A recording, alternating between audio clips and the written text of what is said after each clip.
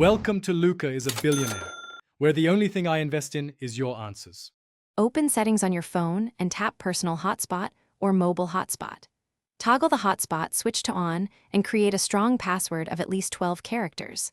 Select WPA2 or WPA3 security if available to prevent unauthorized access to your connection.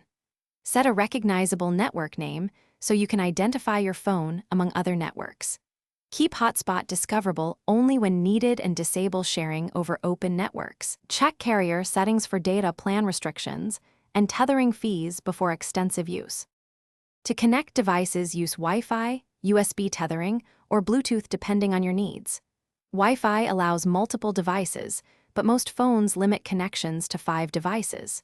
USB tethering gives faster speeds and charges your phone while sharing its internet. Bluetooth uses less power, but offers slower transfer rates and limited compatibility. On a laptop, choose the network name and enter the hotspot password to join. For USB, choose your phone from network adapters and enable tethering in settings. Restart devices if they fail to obtain an IP address from the hotspot. Personal Hotspot consumes significant battery life and can drain your phone quickly. Plug into power or use USB tethering for charging during extended use. Monitor data usage in settings to avoid surpassing monthly caps like 50 GB. Enable data saver modes and limit high bandwidth activities such as streaming video.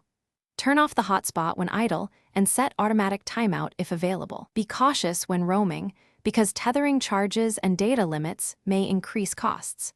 Regularly update your phone software to maintain security and Thanks for watching and please subscribe. It's the best investment you'll ever make.